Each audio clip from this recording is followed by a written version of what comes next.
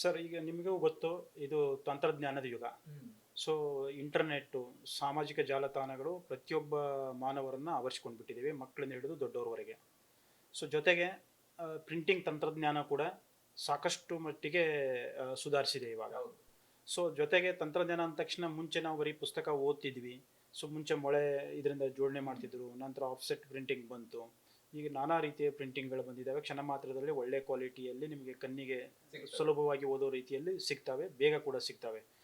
ಜೊತೆಗೆ ಕೇಳೋ ಪುಸ್ತಕಗಳು ಕೂಡ ಬಂದಿದ್ದಾವೆ. ಸೊ ಆಡಿಯೋ ರೂಪದಲ್ಲಿ ಪುಸ್ತಕಗಳು ಕೂಡ ಬಂದಿದ್ದಾವೆ. ಸೊ ಇಂಥ ಯುಗದಲ್ಲಿ ನಾವಿದ್ದೀವಿ. ಸೊ ಮುಂದಿನ ಪೀಳಿಗೆಗೆ ಅಂತಂದರೆ ಇಂದಿನ ವಿದ್ಯಾರ್ಥಿಗಳು, ಸೊ ಅವರಲ್ಲಿ ಓದುವ ಆಸಕ್ತಿ ಬೆಳೆಸೋದು ಹೇಗೆ, ಮತ್ತು ಅವರು ಪುಸ್ತಕ ಕೊಂಡು ಅವರು ಓದಬೇಕು. ಮನೆಯಲ್ಲಿ ಕೊಂಡಿರ್ತಾರೋ ಏನು ಮಾಡ್ತಾರೋ, ಮಕ್ಕಳು ಪುಸ್ತಕ ಓದಬೇಕು. ಆ ಒಂದು ಅಟ್ಮಾಸ್ಫಿಯರ್, ಆ ಒಂದು ವಾತಾವರಣ ಮನೆಯಲ್ಲೂ ಸೃಷ್ಟಿಯಾಗಬೇಕು, ಸ್ಕೂಲ್ ಕಾಲೇಜಲ್ಲೂ ಸೃಷ್ಟಿಯಾಗಬೇಕು, ಅವರಿರುವಂಥ ಪರಿಸರದಲ್ಲೂ ಸೃಷ್ಟಿಯಾಗಬೇಕು. ಈ ನಿಟ್ಟಿನಲ್ಲಿ ಪುಸ್ತಕ ಪ್ರಾಧಿಕಾರ ಏನಾದರೂ ಯೋಜನೆಗಳನ್ನು ಹೊಂದಿದೆಯಾ? ಅದೇ ಈಗ ನಮ್ಮ ಮೊದಲು ಏನಿತ್ತು ಅಂದರೆ, ಮೊದಲು ನಮ್ಮದು ಒಂದು ನಾವೆಲ್ಲ ಚಿಕ್ಕವರಾಗಿದ್ದಾಗ ಹೇಳೋರು ನಮ್ಮ ಗುರುಗಳು, ಹಸ್ತಕಕ್ಕೆ ಪುಸ್ತಕವೇ ಭೂಷಣ ಅಂತ. ಅಂದರೆ ಆವಾಗ ಹಸ್ತ ಖಾಲಿ ಇತ್ತು, ಪುಸ್ತಕಗಳು ಸಿಗ್ತಾ ಇರಲಿಲ್ಲ.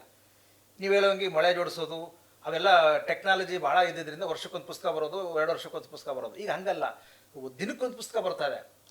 ಎಂಥ ಪುಸ್ತಕಗಳು ತುಂಬ ಅದ್ಭುತವಾದ ಬರ್ತಾರೆ. ಯಾವುದೇ ಪುಸ್ತಕಗಳು ಕೂಡ ಆನ್ಲೈನಲ್ಲಿ ನಾವು ಆರ್ಡರ್ ಮಾಡಿದ್ರೆ ಜಗತ್ತಿನ ಯಾವುದೇ ರೈಟರ್ ಪುಸ್ತಕ ನಾವು 2-3 ದಿನದಲ್ಲಿ ತರಿಸ್ಕೋಬಹುದು. ಆಮೇಲೆ ಈಗ ನಾವು ಯಾವುದೋ ಒಬ್ಬ ಲೇಖಕ ಇಂಗ್ಲೆಂಡ್ನಲ್ಲಿ ಪುಸ್ತಕವನ್ನು ಬರೆದು ಪಬ್ಲಿಷ್ ಮಾಡಿದ್ರೆ 1 ತಿಂಗಳಲ್ಲಿ ಅದು ಕನ್ನಡದ ಅನುವಾದವಾಗಿ ಕನ್ನಡದಲ್ಲಿ ನಮಗೆ ಸಿಕ್ಬಿಡುತ್ತೆ.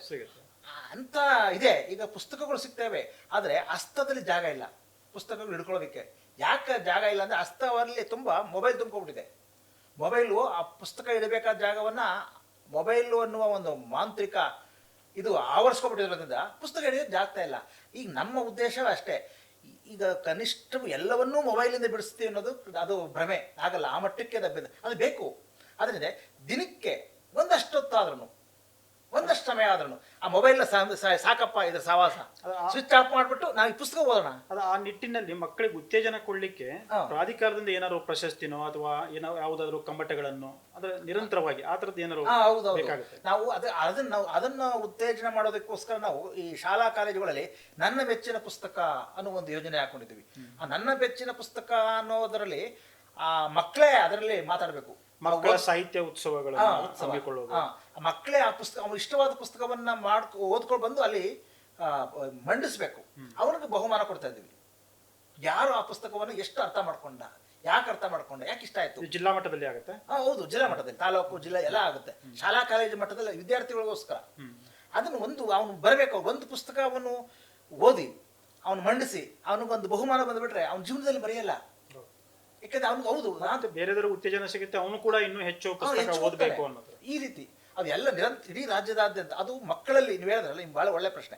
ಮಕ್ಕಳಲ್ಲಿ ಆ ರೀತಿ, ಮತ್ತೆ ಈ ವಯಸ್ಸಾದವರಲ್ಲಿ ಮನೆಯಲ್ಲಿ ಅವರು ಈಗ ಟಿವಿ ನೋಡಬೇಕು, ನೋಡಿ ಟಿವಿ ನೋಡಬೇಡ ಅಂತಲ್ಲ, ಪುಸ್ತಕ ನೋಡಿ.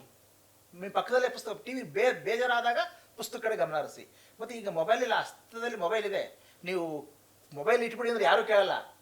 ಹೌದು, ನೋಡಿ ಅಲ್ಲಿ ಪುಸ್ತಕಗಳು ಸುದ್ದಿನೂ ಬರುತ್ತಲ್ಲ, ಅದನ್ನು ಓದಿ.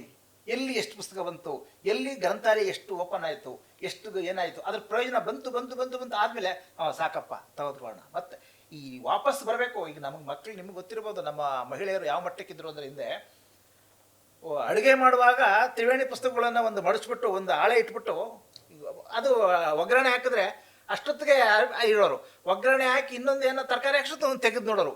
ಅಷ್ಟು ಮನಸ್ಸನ್ನು ಹಿಡಿದುಬಿಟ್ಟಿತ್ತು ಸಾಹಿತ್ಯ ಅನ್ನೋದು. ಈಗಿಲ್ಲ. ಯಾಕೆ ಇಲ್ಲ ಅಂದರೆ ವಾತಾವರಣ ಬದಲಾಗಿದೆ. ತಪ್ಪು ಅಂತಲ್ಲ, ಬದಲಾವಣೆ ಜಗದ ನಿಯಮ. ಆ ಬದಲಾವಣೆಯಲ್ಲೂ ಕೂಡ ನಾವು ಪುಸ್ತಕವನ್ನು ಬಿಡಬಾರದು ಅನ್ನೋದೇ ನಮ್ಮ ಉದ್ದೇಶ. ತರಬೇಕು, ಖಂಡಿತ ಬಂದೇ ಬರ್ತಾರೆ. ನಮ್ಮ ಆ ಬರಲಿ ಅನ್ನೋದು ಕನೆಕ್ಟ್ ಮಾಡೋದೇ ನಮ್ಮ ಉದ್ದೇಶ, ನಮ್ಮ ಪ್ರಾಧಿಕಾರದ ಉದ್ದೇಶ. ಸರ್, ಇತ್ತೀಚೆಗೆ ಈ ಖಾಸಗಿ ಪ್ರಕಾಶಕರು ಸೊ ಅತ್ಯಂತ ಯಶಸ್ವಿಯಾಗಿ ಈ ಪುಸ್ತಕ ಮೇಳಗಳನ್ನು, ಪುಸ್ತಕ ಮಾರಾಟ ಮೇಳಗಳನ್ನು ಎಲ್ಲ ಆಯೋಜನೆ ಮಾಡ್ತಾ ಇದ್ದಾರೆ.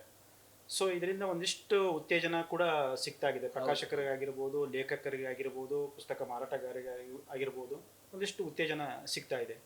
ಈ ನಿಟ್ಟಿನಲ್ಲಿ ಪುಸ್ತಕ ಪ್ರಾಧಿಕಾರ ಈ ಪ್ರಕಾಶಕರನ್ನ ಒಳಗೊಂಡು ಸೊ ಏನಾದರೂ ಯೋಜನೆಗಳನ್ನ ಅವ್ರ ದೃಷ್ಟಿಯಲ್ಲಿ ನಮಗೆ, ನಾವು ಪುಸ್ತಕ ಮೇಳವನ್ನ ಜಿಲ್ಲಾವಾರು ಮಾಡ್ತೀವಿ, ವಲಯವಾರು.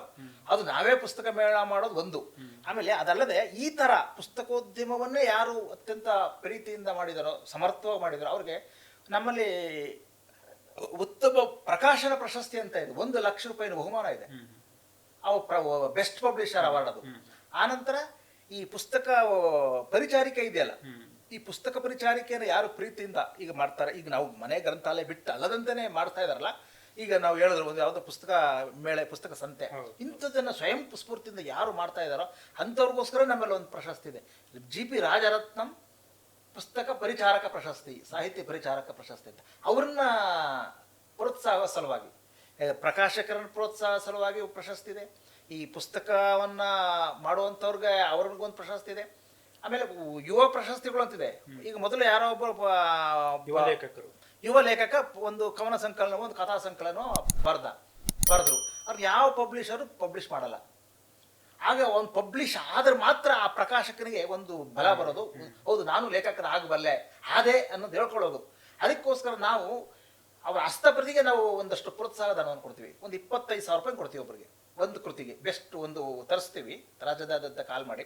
ಬಂದ ಹಸ್ತಪ್ರತಿಗಳಲ್ಲಿ ಅತ್ಯುತ್ತಮವಾದಂಥ ಒಂದು ಸಮಿತಿ ಇರುತ್ತೆ, ಆಯ್ಕೆ ಮಾಡಿಕೊಡುತ್ತೆ, ಇಷ್ಟಕ್ಕೆ ನೀವು ಕೊಡ್ಬೋದು ಅಂತ. ಅಷ್ಟು ಯುವ ಸಾಹಿತಿಗಳಿಗೆ, ಲೇಖಕರಿಗೆ ನಾವು ಹಣವನ್ನು ಕೊಡ್ತೀವಿ ಮೊದಲೇ. ಅದನ್ನು ಬಳಸ್ಕೊಂಡು ನಾವು ಆ ಪುಸ್ತಕವನ್ನು ಪಬ್ಲಿಷ್ ಮಾಡ್ಕೋಬೋದು.